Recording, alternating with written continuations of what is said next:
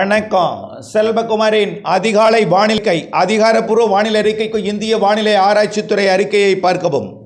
2026 June 26 வெள்ளிக்கிழமை அதிகாலை நிலவர வானிலை பதிவு. நேற்றைக்கு எதிர்பார்த்தது போலவே சென்னை மற்றும் செங்கல்பட்டு மாவட்ட கடலோரம் வரைக்கும் மழை. சென்னையில் ஒரு 2 சென்டிமீட்டர் வரைக்கும் ஆங்காங்கே காணப்பட்டது. செங்கல்பட்டு மாவட்டம் செய்யூரில் 4 சென்டிமீட்டர் வரைக்கும் மழை பொழிந்திருக்கிறது. நேற்றைக்கு புதுச்சேரிக்கும் திருவள்ளூர் மாவட்டம் கடலோர பகுதிகளுக்கும் இடைப்பட்ட சென்னை மற்றும் செங்கல்பட்டு மாவட்டம் மற்றும் விழுப்புரம் மாவட்டத்தின் பகுதிகளில் மழை. நேற்றைக்கு வடகடலோர மாவட்டங்களில் மழையோட தொடக்க நாள் நேற்றைக்கு தான். காற்று சுழற்சி வங்க கடலோரம், ஒடிசா, ஆந்திர பிரதேச பகுதியில் உருவாகியிருக்கு. இந்த காற்று சுழற்சியோட இருகாற்று இணைவு தமிழ்நாட்டின் கடலோர மாவட்டங்களில் இணைந்து கொண்டிருக்கு. இப்போது சென்னை முதல் டெல்டா வரைக்கும் வானம் மேகமூட்டமாக காணப்பட்டு கொண்டிருக்கும். காரணம் என்னென்னா, கடலிலே இருகாற்று இணைவு நடைபெற்று கொண்டிருக்கிறது. திருவள்ளூர் முதல் மயிலாடுதுறை வரைக்கும் உள்ள கடலோர பகுதி அதிக மேகமூட்டமாக காணப்படும். நாகப்பட்டினம், திருவாரூர் மற்றும் காரைக்கால் பகுதிகளிலேயும் மேகமூட்டம் கூடுதலாக காணப்படும். கடலிலே மழை பெய்து கொண்டிருக்கிறது.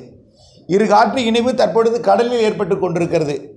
நிறைய பேருக்கு தென்மேற்கு பருவமழை தொடங்கும் என்றார்களே, தொடங்க காணோம். எல்லினோ என்று சொன்னார்களே, அதுதான் சரியாக இருக்கும் போல் தெரிகிறது.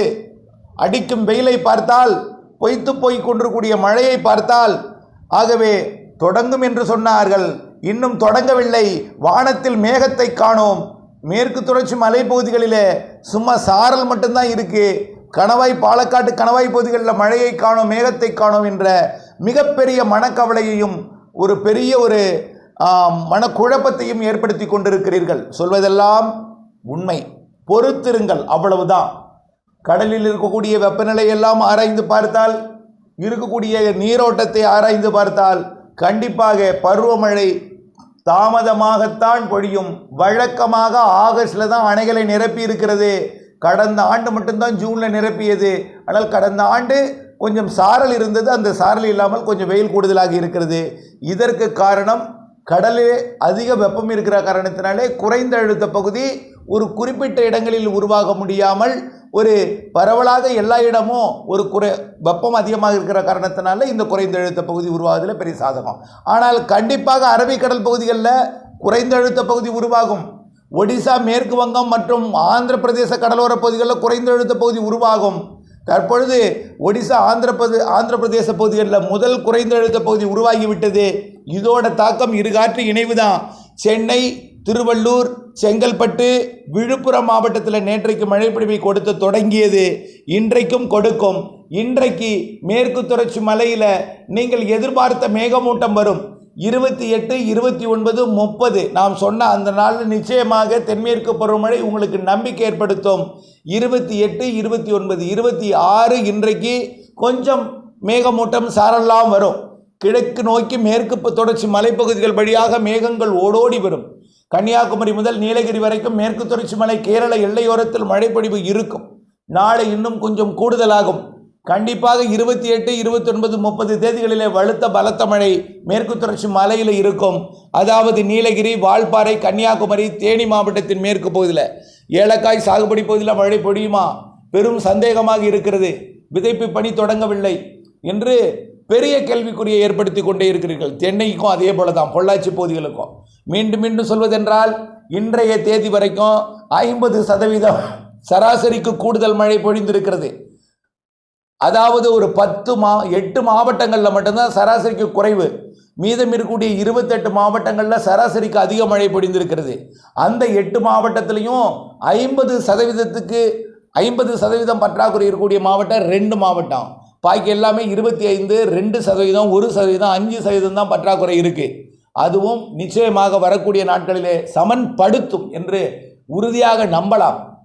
ஆகவே இந்த மாத இறுதியிலிருந்து தொடங்கக்கூடிய இந்த தென்மேற்கு பருவமழை ஜூலை 10 வரைக்கும் இருந்தாலும், இடையில் ஒரு 10 நாள் மீண்டும் ஒரு வெயிலை கொடுத்து மீண்டும் ஒரு இடைவெளி கொடுத்தார் போல் இருக்கும் என்று திரும்ப சொல்லிக் கொண்டே இருக்கிறேன்.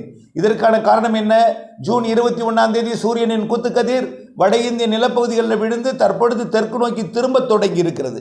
ஜூன் 21 விழுந்த பிறகு தெற்கு நோக்கி திரும்பி செப்டம்பர் மாதம் 21ஆம் தேதி நிலநடுக்கோட்டை அடையும். அந்த வழித்தடத்தில் ஆகஸ்டில் மீண்டும் தமிழ்நாட்டுக்கு வெயில் வரும். வெயில் வந்தாலும் அது தென்மேற்கு பருவமழையை தீவிரப்படுத்தி இருக்கும் என்பதனால் ஆகஸ்ட் வெயில் பெரிதாக தெரியாது.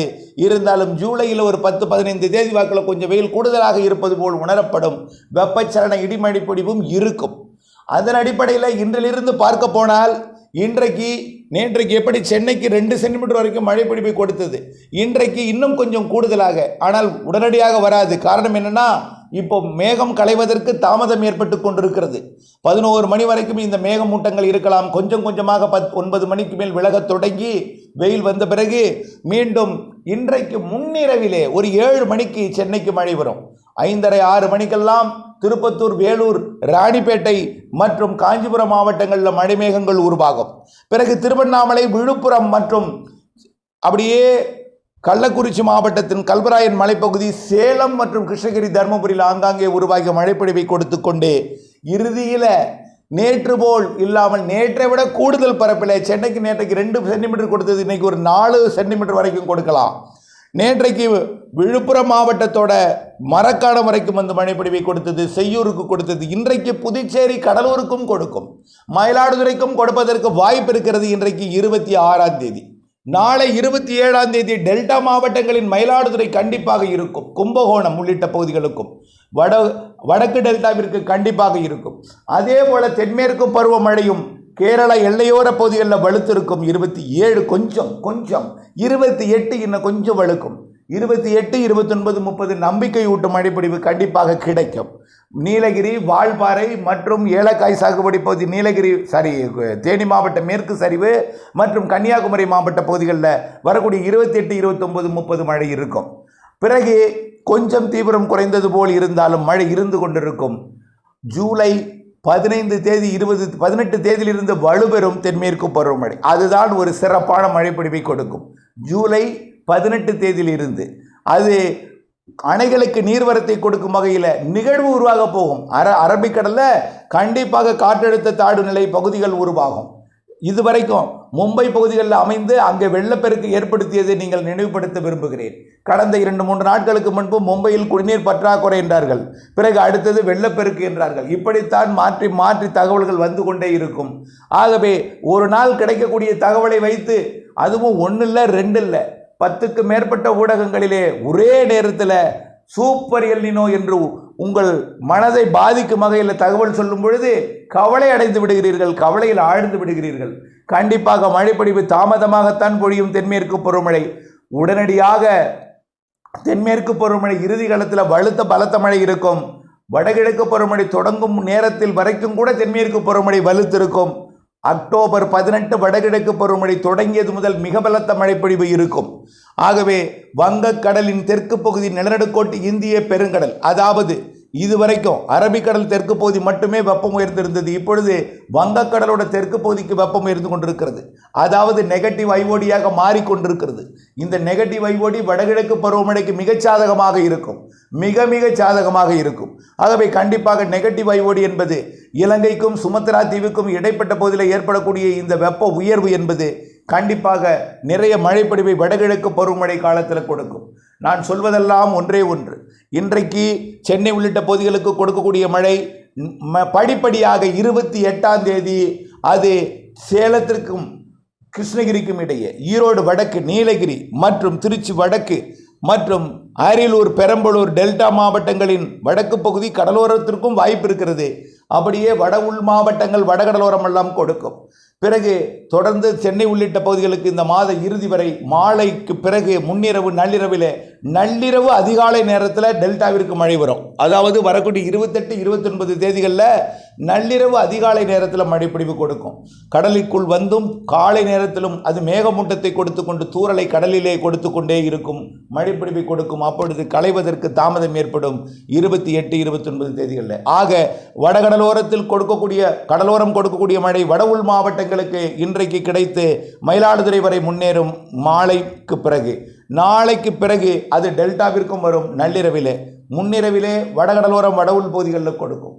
தென் மாவட்டங்களிலும் மதுரை, விருதுநகர் மாவட்டத்தின் கிழக்கு பகுதி, ஆங்காங்கே ராமநாதபுரம் உள்பகுதி, மதுரை மாவட்டம் வடக்கு பகுதி, திண்டுக்கல் மாவட்டம் நத்தம் பகுதி, கொடைக்கானல் மலைப்பகுதியோட கிழக்கு பகுதி மற்றும் சிவகங்கை புதுக்கோட்டை மாவட்ட பகுதிகளிலையும் ஆங்காங்கே வரக்கூடிய நாட்களிலே, அதாவது 27, 28, 29 தேதிகளில் மழை இருக்கும். அது தெற்கு டெல்டாவில் ஆங்காங்கே வந்து கொடுக்கும். தெற்கு காற்றோட வேகத்தை பொறுத்து அதோட மழைப்பொழிவோட அளவு ஏற்ற இறக்கம் இருக்கும். இருந்தாலும் வங்கக்கடலில் உருவாகியிருக்கக்கூடிய காற்று சுழற்சி நேரடியாக குமரி முனை மற்றும் ராமேஸ்வரம் முனை மற்றும் கோடியக்கரை முனை வழியாக தொட்டுக்கொண்டு பயணிக்காமல் இலங்கைக்கு கிழக்கு புறமாக தெற்கு காற்று பயணிக்கும் என்பதனால் வரக்கூடிய 27, 28, 29 தேதிகளில் கண்டிப்பாக 28, 29 தேதிகளிலே கோடியக்கரை முனைக்கும் மழைப்பொழிவை கொடுக்கலாம். ராமேஸ்வரம் ராமநாதபுரம் மாவட்ட கடலோர பகுதிகளுக்கும் மழைப்பொழிவை கொடுக்கலாம். ஆனால் ராமேஸ்வரத்துக்கு கொஞ்சம் கஷ்டம். ராமநாதபுரத்தோட தொண்டி பகுதிக்கும் புதுக்கோட்டை மாவட்டம் மணமேல்குடி போன்ற பகுதிகளுக்கும் வரக்கூடிய 27, 28, 29 தேதிகளில் மழைப்பொழிவை கொடுக்கும். ஆக மீண்டும் ஒரு முறை சொல்கிறேன், தென் மாவட்டங்களுக்கும் ஆங்காங்கே, டெல்டாவிற்கு ஆங்காங்கே கொடுத்தாலும் வட உள் மாவட்டங்கள் வடகடலோரம் வரக்கூடிய 4 நாட்களுக்கு பலத்த மழை முன்னிரவிலே நள்ளிரவிலே அதிகாலை வரைக்கும் ஆங்காங்கே கொடுத்து கொண்டிருக்கும். மேற்கு தொடர்ச்சி மலைப்பகுதிகளில் வரக்கூடிய நாட்களிலே கொஞ்சம் தீவிரமடையும். பிறகு இடையில ஜூலை 10 தேதி வாக்கில் கொஞ்சம் தொய்வு ஏற்பட்டாலும் 18 வலுப்பெறும், அது உறுதி. தயவு செய்து குழப்பமடையாமல் பல்வேறு செய்திகளை கேட்டு உங்கள் மனவேதனையை ஏற்படுத்தி கொள்ளாமல் தயவுசெய்து புரிஞ்சுங்க. உங்கள் மனசு நிம்மதியாக இருக்கணும், உங்கள் மனசு மகிழ்ச்சியாக இருக்கணும்னா என்ன செய்யணும்? எல்லா தகவலையும் போட்டு ஏற்படுத்தி கொண்டு குழப்பி கொள்ளாதீங்க. தயவுசெய்து புரிஞ்சுக்குங்க. எப்பொழுதுமே ஆகஸ்டில் தான் மேட்டூர் அணை நிரம்பியிருக்கு. ஜூலைக்கு பிறகுதாமே மழைப்பிடிவே தீவிரமடையும். ஆனால் இந்த ஆண்டு ஜூனில் இருக்கக்கூடிய அந்த சாரல் இல்லை, இருந்தாலும் அதுவும் பொழியும். ஜூலை இறுதி, ஆகஸ்ட் பிற்பகுதி மிக வலுத்திருக்கும். செப்டம்பர், அக்டோபர் மிகச்சிறப்பான மழை இருக்குது. ஆந்திர பிரதேச கரையோரம் அருகே உருவாகக்கூடிய காற்று சுழற்சி தமிழ்நாட்டின் மழைப்பொழிவை கூடுதல் அதிகப்படுத்தும் செப்டம்பர் மாதம். ஆகவே கண்டிப்பாக மழை நாம் நினைக்கும் பொழுது பொழியாது, அது பொழியும் பொழுது சேமிப்பதற்கு நாம் எந்த நேரமும் தயார் நிலையில் இருக்க வேண்டும். கண்டிப்பாக வடகிழக்கு பருவமழை உபரி நீரை வெளியேற்றும் அளவில் தான் இருக்கும். ஆகவே கொஞ்சம் அதீத மழைப்பொழிவுகள்லாம் இருக்கும் நிறைய. இலங்கைக்கு கடந்த ஆண்டு எப்படி ஒரு பாதிப்பை கொடுத்ததோ அப்படிப்பட்ட மழைப்பொழிவுகள்லாம் பல்வேறு கடலோர சில மாவட்டங்களில் இருப்பதற்கு வாய்ப்பு இருக்குது. நாம் செய்ய வேண்டிய வேலை ஒன்றே ஒன்று, இருக்கும் பண்ணை குட்டைகளை ஆழப்படுத்துவோம், அகலப்படுத்துவோம். வடகிழக்கு பருவமழை காலத்திற்கு நாம் கரைகளை வலுப்படுத்துவோம். அதே போல புதிதாக நீர் சேமிப்பதற்கு பண்ணை குட்டைகளை ஏற்படுத்துவோம். வரக்கூடிய 2027 கோடை வெப்பத்தை சமாளிப்பதற்கு அதுதான் சூப்பர் எல்னினோ. அந்த அடுத்த ஆண்டு தான் சூப்பர் எல்னினோட தாக்கம் இருக்கும். இந்த ஆண்டு இருக்கக்கூடிய வெப்பநிலையை வைத்து பார்த்தால் மழை இருக்கிறது, தாமதமாக பொழியும். வடகிழக்கு பருவமழை சிறப்பாக பொழியும் என்று தான் திரும்ப சொல்லிக்கொண்டே இருக்கிறோம். அதே போல அதற்கு ஆதாரம் தான் இன்றைய தேதி வரைக்கும் 50% மழைப்பொழிவு கூடுதல் பொழிந்திருக்கிறது என்பதையும் அந்த பட்டியலையும் நாம் ஏற்கனவே அறிவித்திருக்கிறேன். ஆக வரக்கூடிய நாட்களில் இந்த பற்றாக்குறை இருக்கக்கூடிய இந்த பாலக்காட்டு கணவாய் பகுதிகளுக்கும் பொழியும். ஆகவே சற்றே பொறுத்திருங்கள். ஜூலை, ஆகஸ்ட் நல்ல மழை இருக்குது. இந்த மாத இறுதியில் அதற்கான நம்பிக்கை ஊட்டும் மழைப்பொழிவு இருக்குது. செப்டம்பர், அக்டோபர் அதை விட சிறப்பாக இருக்குன்னு சொல்லிகிட்டே இருக்கோம். தயவுசெய்து புரிஞ்சுக்குங்க. அக்டோபரில் மிகச்சிறப்பான மழை இருக்குது. அக்டோபர் 18 வடகிழக்கு பருவமழை தொடங்கியதுமே மிக வலுவாக இருக்கும். தென்மேற்கு பருவமழை நிறைவடையும் பட்சத்தில் தான் இந்த ஆண்டு பருவமழை மிக தீவிரமாக இருக்கும். பொறுத்திருந்து பாருங்கள். இப்பொழுது உங்களுக்கு நம்பிக்கை ஏற்படுத்தாது. ஆக உங்கள் மனதை கஷ்டப்படுத்துகிறது என்றால் பல்வேறு தகவல்களை கேட்டு மனதை வேதனைப்படுத்தி எனக்கும் நீங்கள் அந்த தகவல்களை அனுப்பி என்னையும் மனவேதனை படுத்துகிறீர்கள் என்பதை தெரியப்படுத்தி பொறுமையுடன் இருக்கவும், நிதானமாக இருக்கவும், புரிந்துணர்ந்து இருக்கவும் அன்போடு கேட்டுக்கொள்கிறேன். இணைந்தே இருங்கள் அப்டேட்ஸுடன். நன்றி.